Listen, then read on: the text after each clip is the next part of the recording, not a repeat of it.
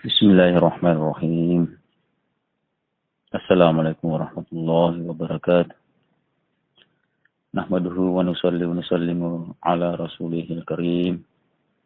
Allah subhanahu wa ta'ala meletakkan kejayaan manusia di dunia dan di akhirat hanya dalam amal agama yang sempurna, seperti yang dibawa oleh Rasulullah SAW.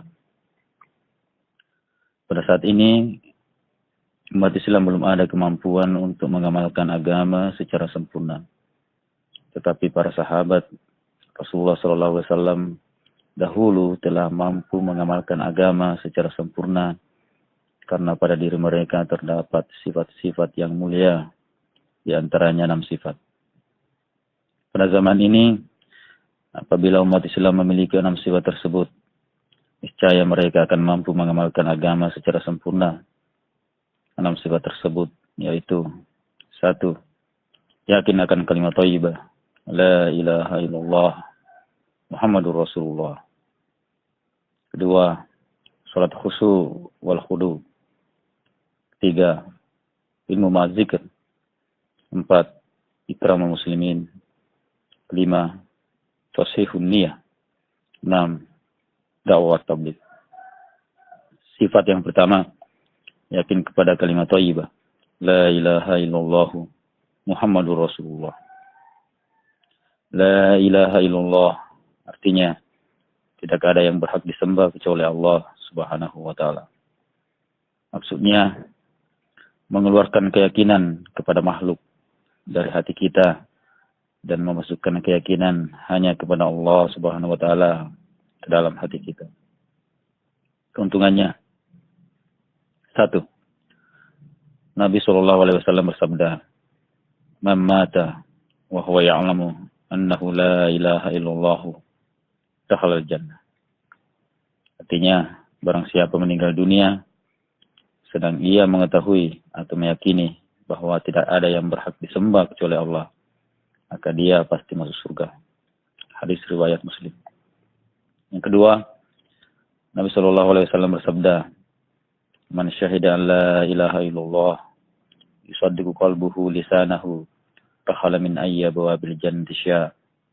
Artinya, barang siapa bersaksi bahwa tidak ada yang berhak disembah selain Allah, sedang hatinya membenarkan apa yang dia ucapkan oleh lidahnya, maka dia akan masuk surga dari pintu mana saja yang dia kehendaki.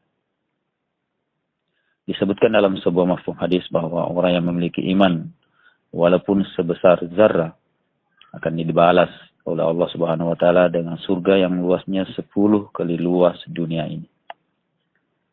Cara mendapatkan hakikat la ilaha illallah: 1.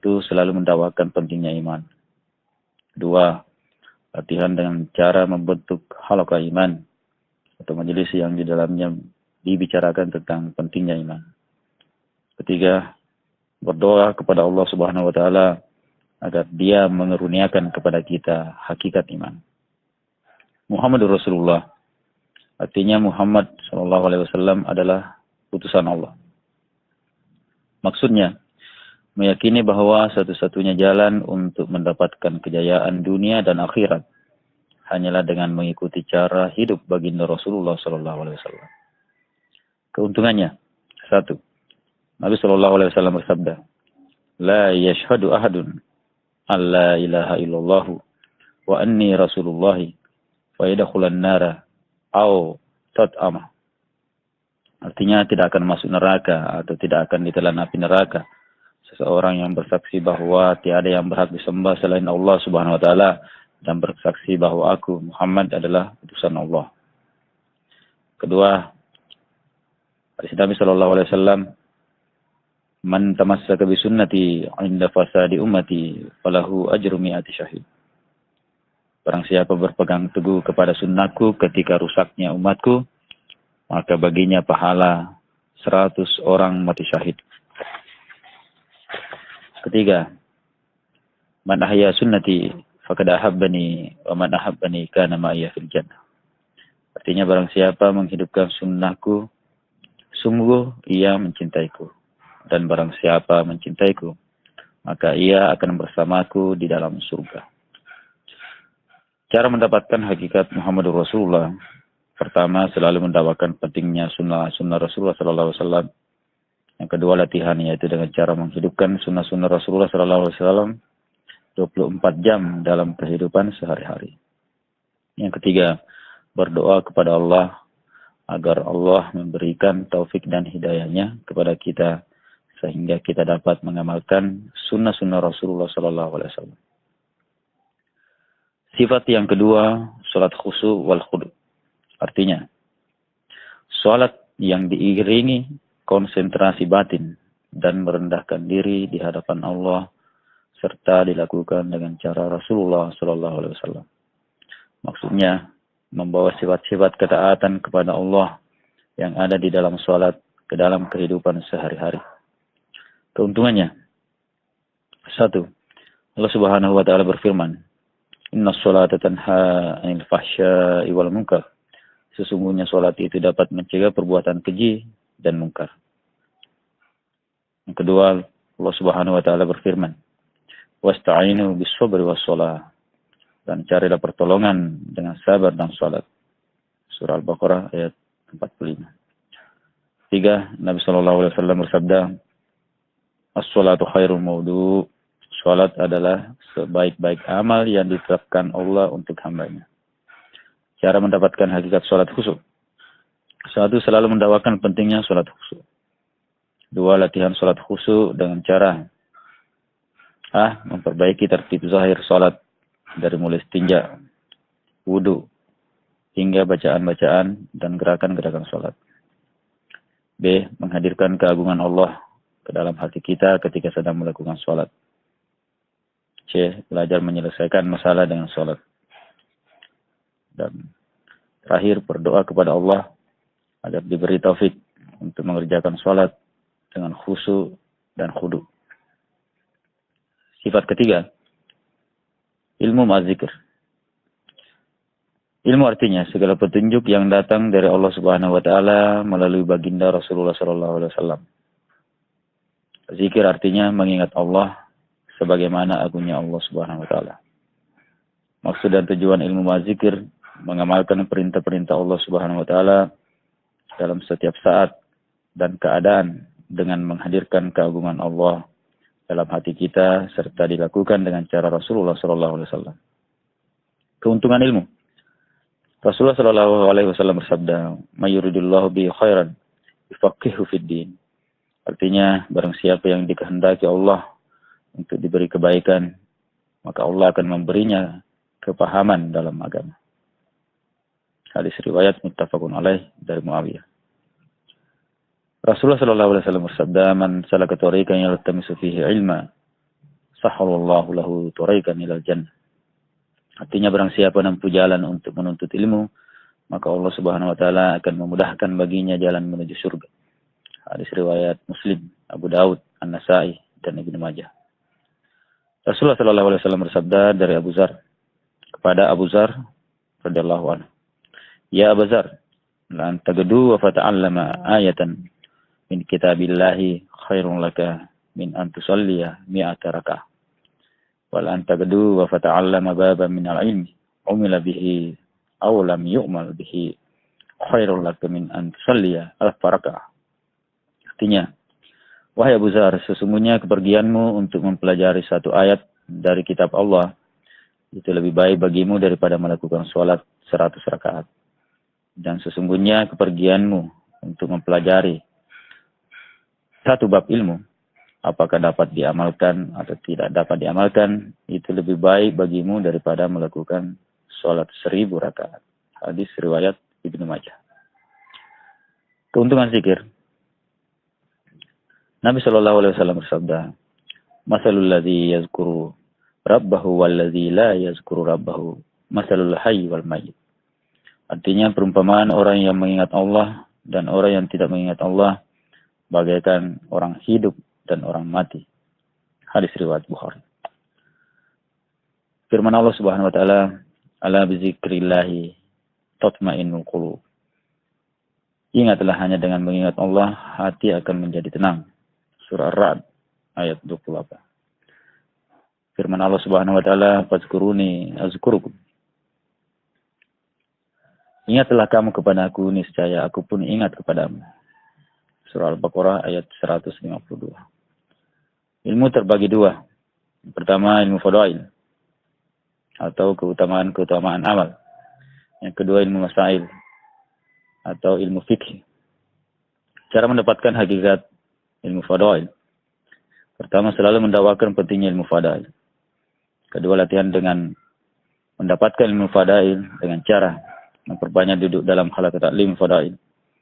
Mengajak orang untuk duduk dalam halaqah taklim fadail, menghadirkan fadilah atau keutamaan beramal dalam setiap beramal. Berdoa kepada Allah agar diberi hajat atau perasaan butuh kepada ilmu fadail. Cara mendapatkan hakikat ilmu masail.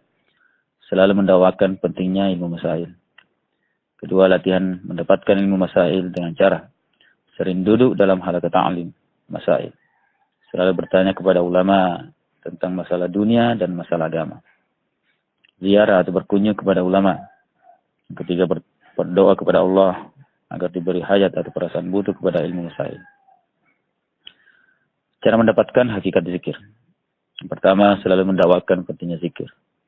Kedua, latihan zikir dengan cara istiqamah, membaca Al-Quran setiap hari.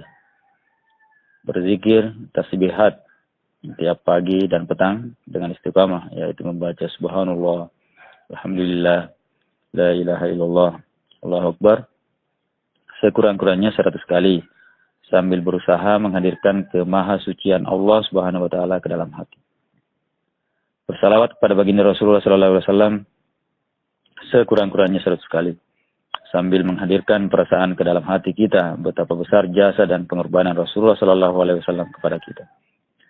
Beristighfar atau mohon ampun kepada Allah sekurang-kurangnya 100 kali, sambil menghadirkan perasaan dalam hati betapa banyak dosa-dosa kita dan betapa Allah Maha Pengampun, dan mengamalkan doa-doa masnunah dalam setiap kegiatan sehari-hari. Dan yang terakhir, berdoa kepada Allah agar diberi hajat atau perasaan butuh kepada zikir. Sifat yang keempat, ikramul muslimin. Artinya memuliakan sesama saudara muslim. Maksud dan tujuannya menunaikan hak-hak saudara muslim tanpa menuntut hak-hak kita dari mereka. Keuntungannya, Rasulullah SAW bersabda, "Wallahu fi aunil abdi, ma kana al-abdu fi auni akhi." Artinya Allah senantiasa menolong hambanya selagi hambanya itu menolong saudaranya. Hadis riwayat Muslim. Rasulullah SAW bersabda, "Man satara awrat akhihi, satarallahu awratahu yawmal qiyamah. Wa man kashafa awrat akhihi al-muslimi, kashafallahu awratahu hatta yafdahahu biha fi baitihi." Artinya, barang siapa menutupi aib saudaranya yang muslim, maka Allah akan menutupi aibnya pada hari kiamat. Dan barang siapa membuka aib saudaranya yang muslim, maka Allah akan membuka aibnya sehingga Allah akan mempermalukan dirinya disebabkan aibnya di rumahnya sendiri. Hadis riwayat Muslim.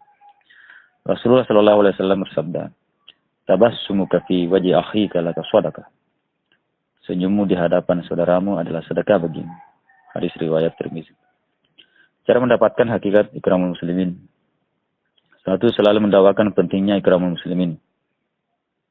Latihan memuliakan sesama muslim dengan cara memuliakan alim ulama, menghormati orang yang lebih tua, menghargai yang sebaya, dan menyayangi yang lebih muda. Memberikan salam baik kepada orang yang kita kenal maupun kepada orang yang tidak kita kenal. Bergaul dengan orang-orang yang berbeda-beda wataknya, dan berdoa kepada Allah Subhanahu wa taala agar dikaruniakan sifat ikramul muslimin. Sifat yang kelima, tasihun niyah. Artinya memperbaiki atau membetulkan niat. Maksud dan tujuannya membersihkan niat kita dalam setiap amal dari niat-niat lain kecuali hanya untuk mencari keridhaan Allah Subhanahu wa taala. Keuntungannya, Rasulullah SAW bersabda, "Innallaha la yaqbalu minal amali illa ma kana lahu khalisa wa batudiya bihi wajh." Sungguhnya Allah tidak menerima suatu amal kecuali yang disertai keikhlasan dan semata-mata mengharapkan keridhaan Allah Subhanahu wa taala. Rasulullah SAW bersabda, Innallaha la yanzuru ila suwarikum wa amwalikum, walakin yanzuru ila qulubikum wa a'malikum. Sesungguhnya Allah tidak memandang kepada rupamu dan hartamu, tetapi Allah memandang kepada hatimu dan amalmu. Hadis riwayat Muslim. Nabi SAW berwasiat kepada Muaz bin Jabal radhiyallahu anhu ketika beliau mengutusnya ke Yaman. Ya Muaz, akhlis dinaka, yakfikal amal qalil. Ikhlaslah dalam setiap amal agamamu, niscaya dengan keikhlasan itu, amal yang sedikit akan mencukupi. Cara mendapatkan hakikat ikhlas. Satu, selalu mendakwakan pentingnya ikhlas dan memperbaiki niat. Latihan memperbaiki niat dengan cara memeriksa niat kita sebelum beramal, ketika sedang beramal, dan setelah beramal. Hendaknya tidak disebut-sebut. Berdoa kepada Allah Subhanahu wa Ta'ala agar ditanamkan sifat ikhlas ke dalam hati kita. Sifat yang keenam, dakwah wa tabligh. Dakwah artinya mengajak. Tabligh artinya menyampaikan. Maksud dan tujuannya untuk memperbaiki diri agar kita dapat mempergunakan harta, diri, dan waktu sesuai dengan perintah Allah Subhanahu wa Ta'ala. Untuk menghidupkan agama secara sempurna pada diri kita sendiri dan pada diri seluruh manusia di seluruh alam. Keuntungannya, Allah Subhanahu wa Ta'ala berfirman, "Wa man ahsana qawlan mimman da'a ila Allah wa 'amila shalihan wa qala innani minal muslimin." Dan siapakah yang lebih baik perkataannya daripada orang yang menyeru manusia kepada Allah dan mengerjakan amal soleh. Dan ia berkata, sesungguhnya aku termasuk orang-orang yang berserah diri. Surah Fussilat ayat 33. Rasulullah SAW bersabda, "Man da'a ila huda, kana lahu minal ajri, mislu ujuri man tabi'ahu, la yanqusu dzalika min ujurihim syai'an." Artinya barang siapa mengajak kepada petunjuk atau amal kebaikan, maka ia memperoleh pahala yang sama seperti orang yang mengikutinya atau mengamalkan kebaikan itu, tanpa mengurangi pahala mereka yang mengikuti itu sedikit. Hadis riwayat Muslim. Rasulullah SAW bersabda, "Lagadwatan fi sabilillahi aw rawhatun khairun minad dunya wa ma fiha." Sesungguhnya sepagi atau sepetang keluar di jalan Allah itu lebih baik daripada mendapatkan dunia dan seluruh isinya. Hadis riwayat Bukhari dan Muslim. Cara mendapatkan hakikat dakwah tabligh. 1. Selalu mendakwakan pentingnya dakwah dan tabligh. 2. Latihan dakwah dan tabligh dengan cara meluangkan waktu untuk keluar di jalan Allah sekurang-kurangnya 4 bulan seumur hidup, 40 hari setiap tahun, dan 3 hari setiap bulan, dan 2,5 jam setiap hari. Berdoa kepada Allah agar kita diberi hakikat dakwah dan tabligh serta diberi kekuatan untuk menjalankan dakwah dan tabligh. Subhanakallahumma wa bihamdika, asyhadu an la ilaha illa anta, astaghfiruka wa atubu ilaik. Assalamualaikum warahmatullahi wabarakatuh.